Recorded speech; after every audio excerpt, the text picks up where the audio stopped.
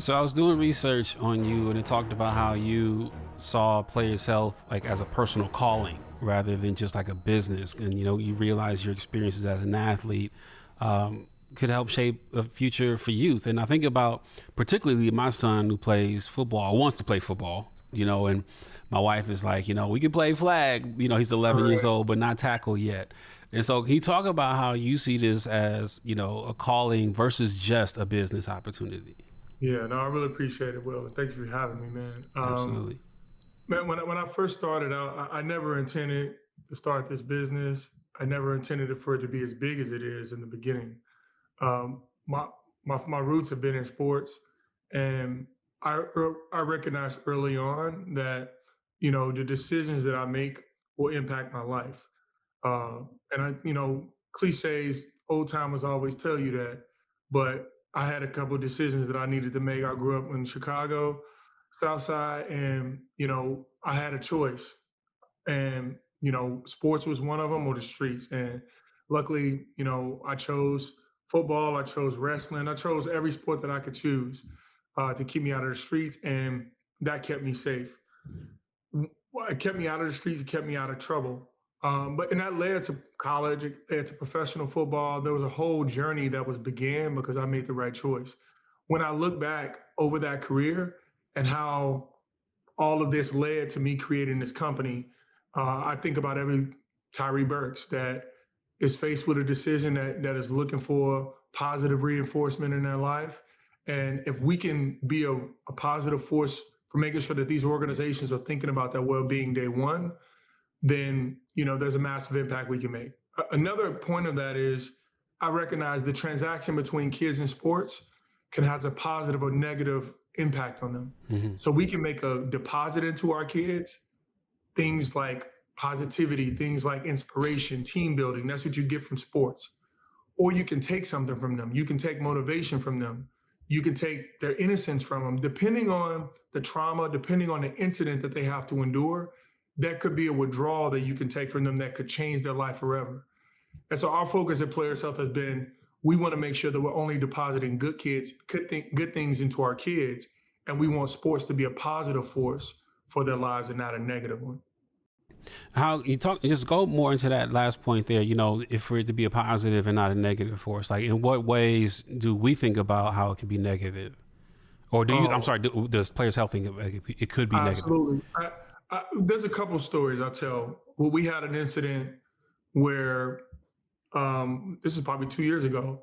A U10 football team in Texas.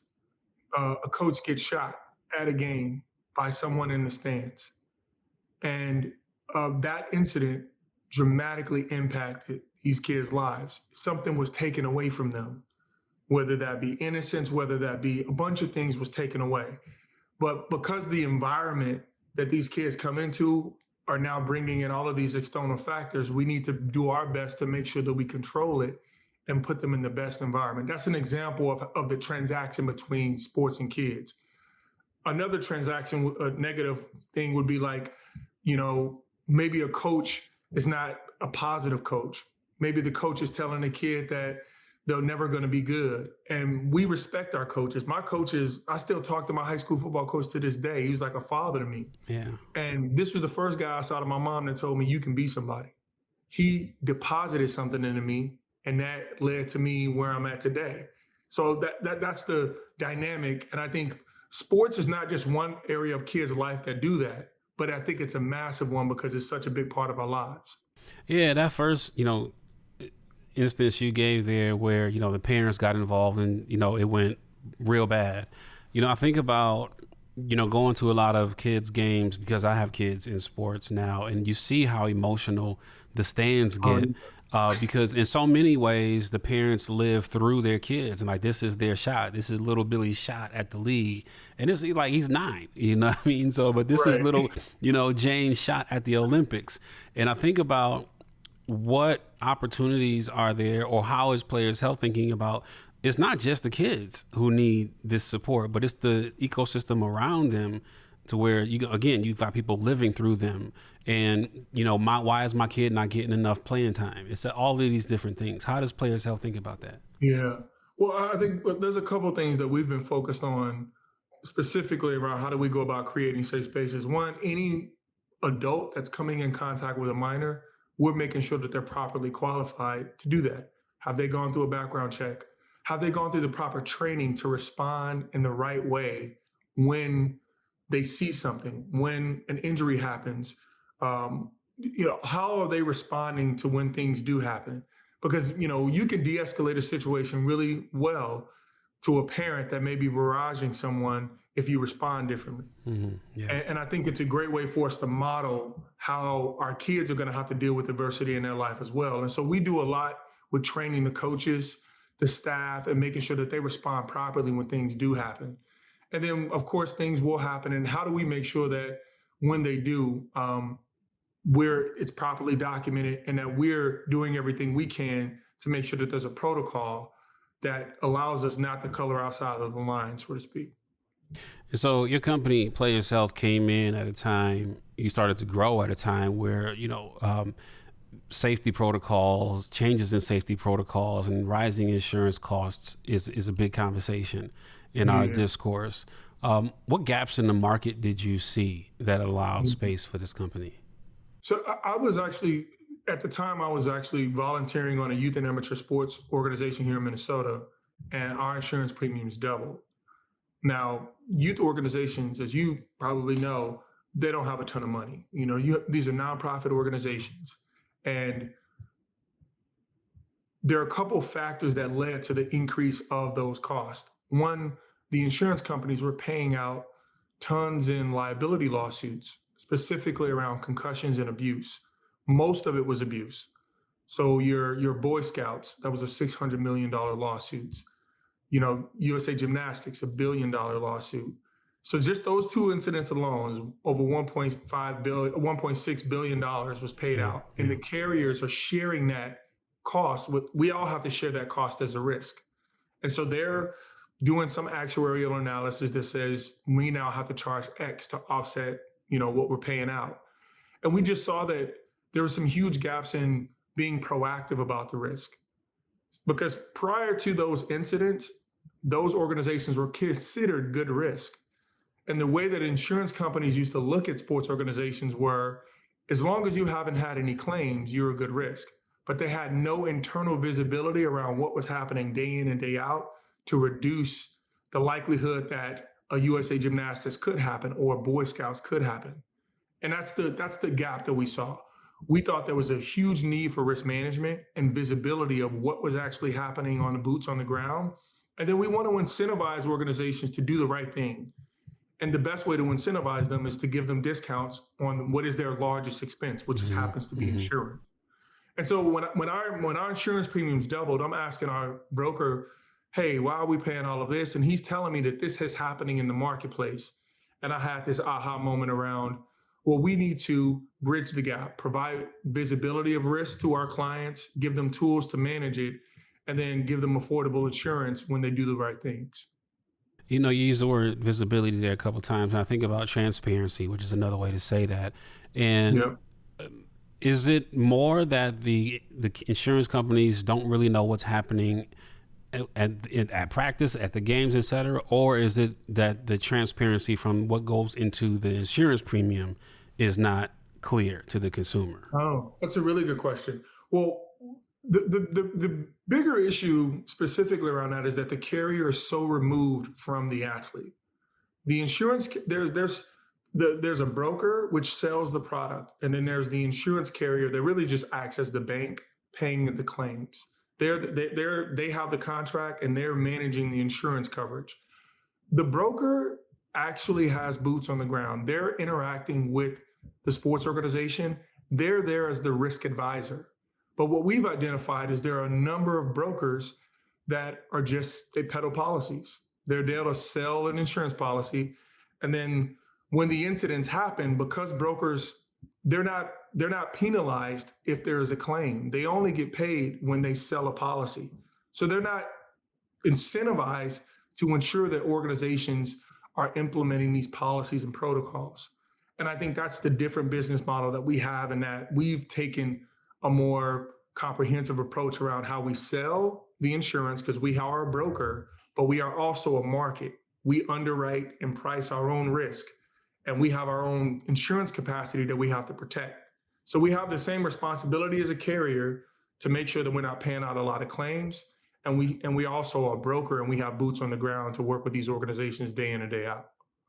What unique value did your background as an athlete give you when you started this business? Honestly, it got me in the room. Like when I first started the company, I didn't know anything about business. Honestly, I came fresh from playing football, and I was just all passion. I had this idea to create safe spaces for kids to play sports. It was really simple. And injuries, because I had so many injuries, I'm like, you know what? We need to create a documentation system and a policy and protocol around how we manage injuries for youth athletes. That was the simple version of what we were thinking about doing. And I was able to get into rooms that you wouldn't normally be able to get into. I was talking with, the chief medical officer of the NFL. I got a chance to get a ton of insight from executives in sports and athletic directors at universities and high schools and other organizations because I was a professional athlete and because I can talk the lingo and all of those other pieces. So it gave me a huge opportunity to get in the door, but it also gave me the resilience on the thousands of no's that I would get, to keep fighting and keep making this thing happen when it got tough. Also, let me ask a different question with that same foundation. Is like when you started talking to investors, they saw an athlete who's like ready, all passion, pit bull, China shop. I'm just ready to go. Let's go. Like, what makes them write the check when they see just the passion, but to your point, not a whole lot of professional experience? Yeah, that's a super. Honestly, in the beginning, I can't tell you. I think people just saw my commitment in the beginning. I've always been a hustler. I wear my heart on my sleeves. So when I do something, I'm committed. And I think people feel that when they come in contact with me. And so my first introduction, my first investor was my agent. He was my sports agent. So these are people that knew me. They knew how committed I was. He knew that, I wasn't a big name athlete. I used to pay to go to tryouts, where there's 300-400 guys, and I'm the last guy there, making the team. And so he believed in me, and he was my first investor, and the first other, call it big investors that I had, really, I think a lot of them I didn't take the first no personal. Most of the time I talk with an investor, the first time it was like, yeah, we'll talk in 6 months, but I always followed up. My follow-up game was strong. And then every time I followed up, everything I told them I was going to do at the time I met them, I had done. And so I think that helped me, get in the door, so to speak, because I was consistent with my message and I held myself accountable to be who I said I was going to be. You talked about you guys are into more than just preventing physical injuries, but also the emotional and psychological state and creating safe spaces for these athletes. When you think about the landscape of social media, video cameras, and it's like we see so much more now negative going on in our world that was already here because we now have cameras and because we now have social media. There's a lot. Is the growth of these issues, or is it real? Is it really growing, or is that it's more visible to us that the issues that we deal with are in existence? I think there's a hybrid of both. They are very real, and they are growing because what was pure about youth and amateur sports is becoming very business-like, where like the passion for me playing sports as a 16-year-old looks dramatically different. And now it's not just, yes, I want to play professional football, but even before I wanted to play pro football, I wanted to play Division I football. I just wanted to just play in general. Now, in order for me to be playing at 16, I got to try out. My mom has to has to pay, thousands of dollars just for me to be a part of a team. And it's youth sports is becoming really much of a business. And I think without, call it the pure nature of it, of sports, where, kids are being motivated differently, which they feel like they have to post content, they have to build a brand, and all of this with NIL, it's forcing them to have to be a part of the engine as opposed to just play for the love of it. And they feel the pressure to become a business, which is what I think is the biggest problem. And that, that pressure is really strong for these athletes. And, I don't know if we're going to be able to put the genie back in the bottle, so to speak, but I'm hoping that we have some brave young athletes that want to do it differently. And that difference is what's going to help them stand out. Yeah, I've seen you talk about how prevention and awareness prevention spikes after issues, especially very public issues. But we do have an issue in our community and globally in our discourse where it starts to fade away over time. How does players' health emphasize and create sustainability with awareness for that prevention effort? Yeah. Well, for the first time, I think in 24, we leaned into advocacy and legislation for the first time in the history of our company, where we actually started to take a more proactive role to make sure that these policies, protocols, the environment that we want to provide to our customers, that we at least want to motivate our customers to lean in on the same mission that we have, that was a requirement, that it was a new standard of care of how organizations did it. So we did this with the state of Colorado. One of our clients, and this actually didn't start with us, one of our clients reached out to us, inner city tackle football program, one of the largest in Denver. And he's been an administrator for 10 years now. And for the first time in him doing this, and this is more of a mission for him and just helping kids, he didn't want to have a season because he was just afraid of what was going to happen next. Is there going to be another fight? Is somebody going to get shot? What's going to happen? Like, it was just so much happening. And so he was wondering what policies and protocols could we draft to require organizations to implement all the things that he was implementing with us. And so we talked with Senator Exum, Senator Coleman. These are two African-American senators. They come from the inner city. Senator Exum has been coaching high school basketball for 40 years. He's seen everything.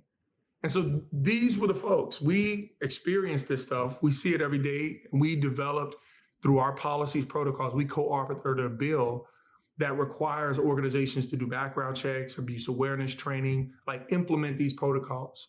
And it's a requirement now in the state of Colorado. That bill was passed in July. And it's the first of what will be many. I think we have a responsibility now with our influence in the marketplace where we can now galvanize and bring the right peoples around the table to create new legislation and do things, the way we think the future should be. So let's say you have a son, he wants to play tackle football. At what age are you letting your son play tackle football? So my son, he's playing. Because you know the stats. You know the stats. You know the numbers. At what age? My wife, we talk about this all the time. So my son is 5. He's playing flag. He'll be playing flag probably up until he's 12, 13. 12, 13 is a good. Why is that a good number? Honestly, I think the developmental skills, depending on how big he is, and that's the thing. That's one. I draw a line in the sand in that some kids are big, and once they get to a certain size, there's no flag for an offensive lineman or a D lineman, and so you want them to be competitive enough. If that's a sport that they love, they need to break into it somewhere in that like middle school, where they got to go from go from flag to tackle. You want a couple years before they get into high school and they're really hidden before they really, take that transition. If football is going to be a sport that they really want to play. Yeah. It was a line I heard from you, as a quote where you were talking about injuries and you were saying it's not happening at the collegiate level as much because you have a medical staff supporting you as an athlete. It's definitely not happening at the professional level, but it's happening often at the youth level. What happens in our communities systemically, pervasively, that make youth sports more vulnerable when it comes to safer play? Honestly, there's no rules or regulations around how often these kids are playing. I think that's that's the biggest change that happened from high school to college and pro. At college and pro, they can't practice only so many times or so many games. At high school level or younger, you got travel, you got school, like they're playing sports literally all year long. And like my son, we got caught into it. My son, he plays a freshman at Northern State. He's a Division II basketball player. This dude played 12 months out of the year. Like, well, call it 11 months out of the year. We forced him to sit 1 month. But he went from basketball, call it October to March. AAU starts in March to August. He gets a month off. He's back in it in October again. And that's just basketball. Yeah. Hockey, every other sport has that same cycle now, because you now have spring flag football where now kids are going from fall to flag, and then they got summer travel that they're doing. And so it's just the amount of miles that these kids are putting on their bodies at a very young age without very little rest. They're probably eating like crap too, are increasing the number of injuries that they see. So I read, and I don't know if this is the latest number, but I will say congratulations on the $28 million in financing. Is that the latest? Is that the number? No. Well, the latest round we closed was $60 million. Oh God, golly, man. Jeez. We closed that at the end of November. So the latest is 60. So that's 60 plus the 28. Yeah, we've raised over $100 million in the history of the company today. Congratulations, brother. Congratulations. How do you say this is the target? This is the number that we're raising? That's a really good question. Honestly, we wrestled with that this year. And there's a couple of things that we've identified when it comes to, like, one, are we going to go for this number? And for the previous first 3 years of the company, for the previous 3 years that we've been focusing on really getting clear on our strategy. What are we going to do? What are we going to be? Where we're going to play? And so we have this playing to win strategy that helps us understand what our winning aspiration is, where we're going to play, how we're going to win, what capabilities do we need to have in place, and then what systems do we need to have to support those capabilities. I think when we finish that whole process, and we've done multiple iterations, it's been fine-tuning over the years, we realize that we have a right to win in this space. The market's big enough, and the incumbents haven't evolved as we've evolved. We've changed the industry, and they haven't evolved. And so we see the opportunity for M&A. We've seen the opportunity for just talent acquisition. And that's you buying companies, not you being bought. Yeah, correct. But we see these growth opportunities that are green grass for us because of our value proposition and how differentiated we are in the marketplace. And so, how aggressive you want to grow is going to come down to the amount of capital, but you have to know exactly what you want to do with that capital, and we do. And so it wasn't something we just picked a number. We went through that analysis, understood our strategy. We did a competitive landscape, understanding what our competitors are doing, how they're growing, how fast we're growing, how consistent can we be at this growth, and then what are the force multipliers that are going to help us accelerate that, and then how much is it going to cost. So it's a top-down approach. You really get to, all right, if we could be a $500 million premium company. Insurance premium is kind of a sales metric for us. Right now, we'll do $70, $80 million this year. Our focus is to be, $500 million, XYZ, over X number of. That means what? That means you're covering that, you have that much risk? Insurance premium is basically what you pay for your insurance. Okay. And so you may have a $1,000 premium you have to pay for your liability policy. That's $1,000 in premium for us. And so our focus is to generate, over 500 million. Okay. Well, what will it take for us to get to that point? What tools and resources do we need to have in the people? So that's how we came up with that. But it takes courage to go after it. Yeah. And you got to believe in yourself. And I think coming from where I came from, and there's a lot of self-doubt that I had going into this, can I do it? But can we do it? Mm-hmm. And yeah, you just gotta, don't believe the lies and, take the plunge and make it Yeah. happen. Technical question about the business is, does that mean if you've got 500 million in premiums, you're potentially, are those like $1 million policies? Like how does that work? Does that mean you That's a have to good, have hundreds of millions also in a yeah. bank in case Well, somebody calls so for it? one of the things that we've done in Players Health, we're a brokerage and we're what we'll call it an MGA, or think of us as like a quasi carrier. We don't have any balance sheet risk with our market. We work with a number of carriers that support us, and so the average premium for youth and amateur sports is, small organization is probably $1,000.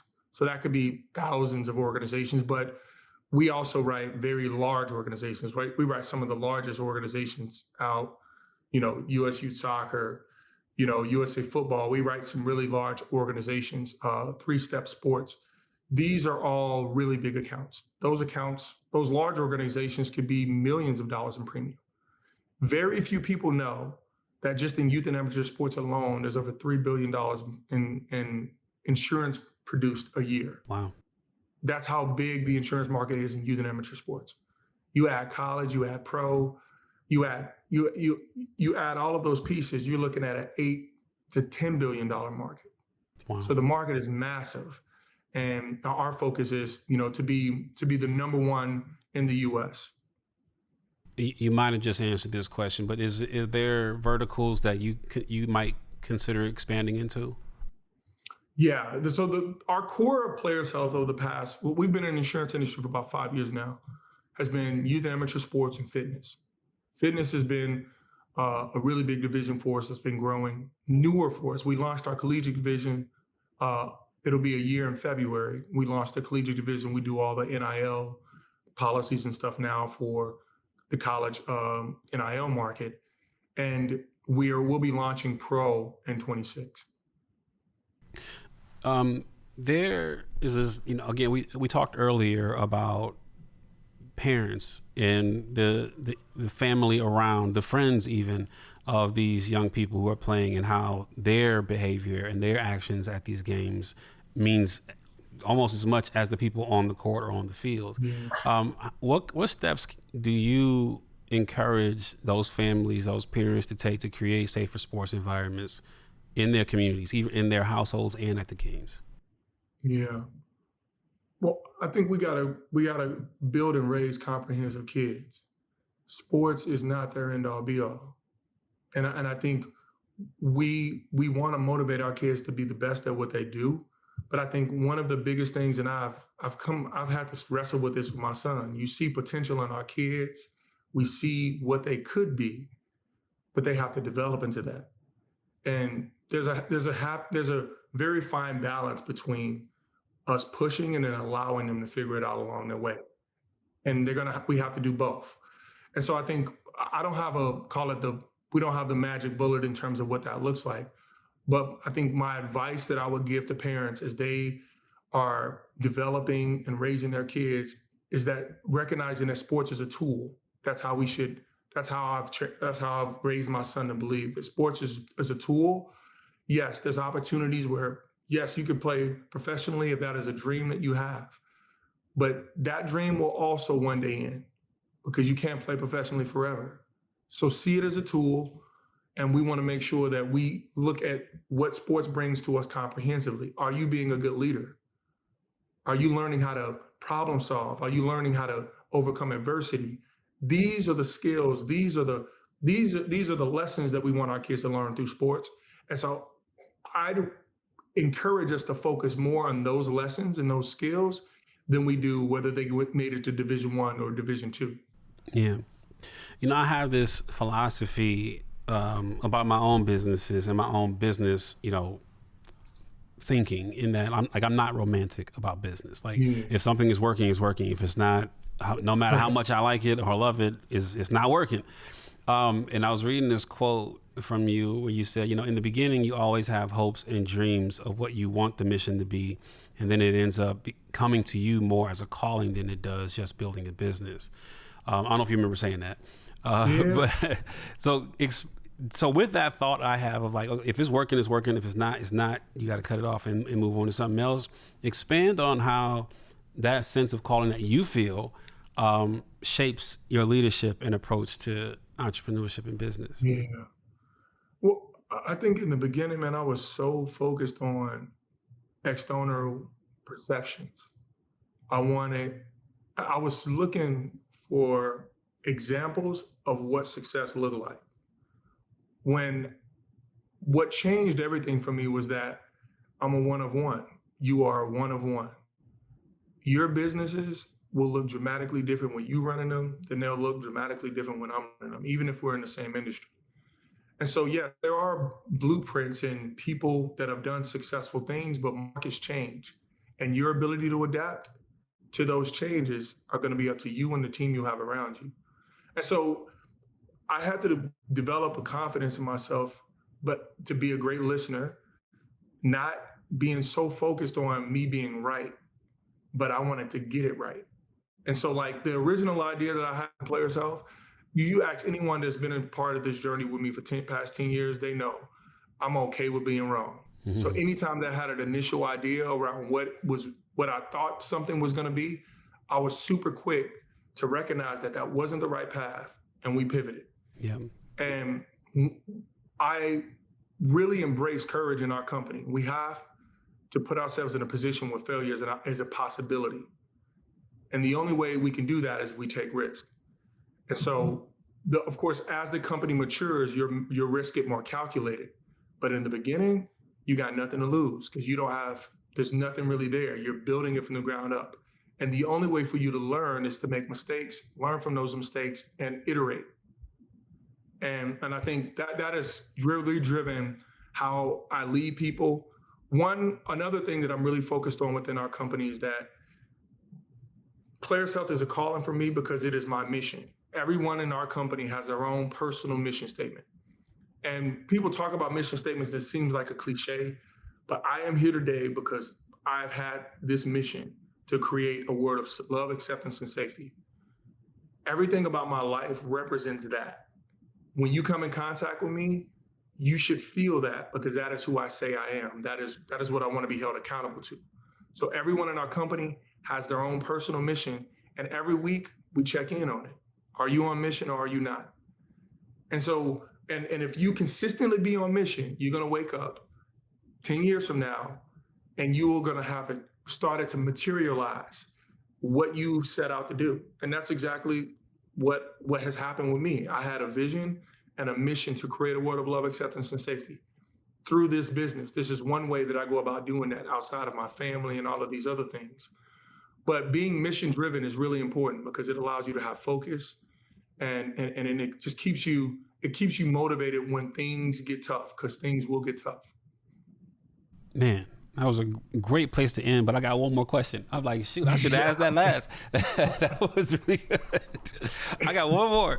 I think about urban areas and they're often underfunded, and many families struggle with insurance already. Many of these teams, they just may be neighborhood teams put together because, we want to keep the kids off the street.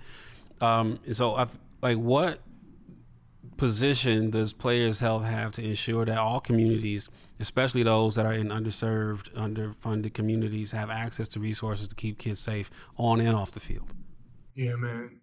That's something I've leaned into over the years, and that specifically within urban communities, especially communities where I grew up, we have to approach sports differently. And that the challenges that an administrator face on a day in and day out running a sports organization in Inglewood, Chicago, is going to be dramatically different than someone running a program here in Eden Prairie, Minnesota. And so even just how we even look at staff, a background check in Eden Prairie, I could run a background check on every coach, their dads, and may not have any issues.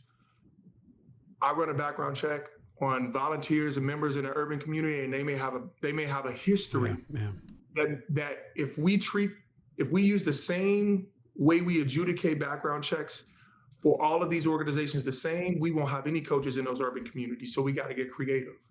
And that's what we've done. We've leaned in with our inner city programs going, you know what, you guys got coaches, but you guys have to have coaches, but we still need to make sure we credential them. If they've had a history, how long has it been? Have they rehabilitated their life, and are they passing a story back to our kids around how they need to do what they need to do differently?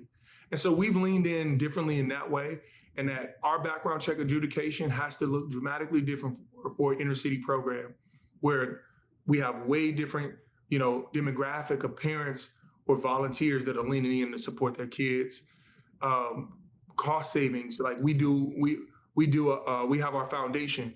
We do a single mother's give back between Mother's Day and Father's Day, where we give $695 back to single mothers for their kids to play sports.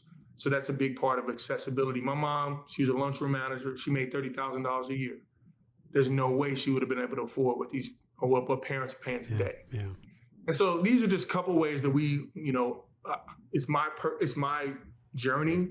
I have not forgotten where I come from. And, I just want to make sure that we reduce the have and the have-nots, and we make sure that all kids, regardless of where they live, have a great opportunity for them to experience the goodness that sports can bring to their life, and give them an opportunity where a coach like Coach Ward told me, man, you can be somebody. And for the first time, they believe that and go and do something with it.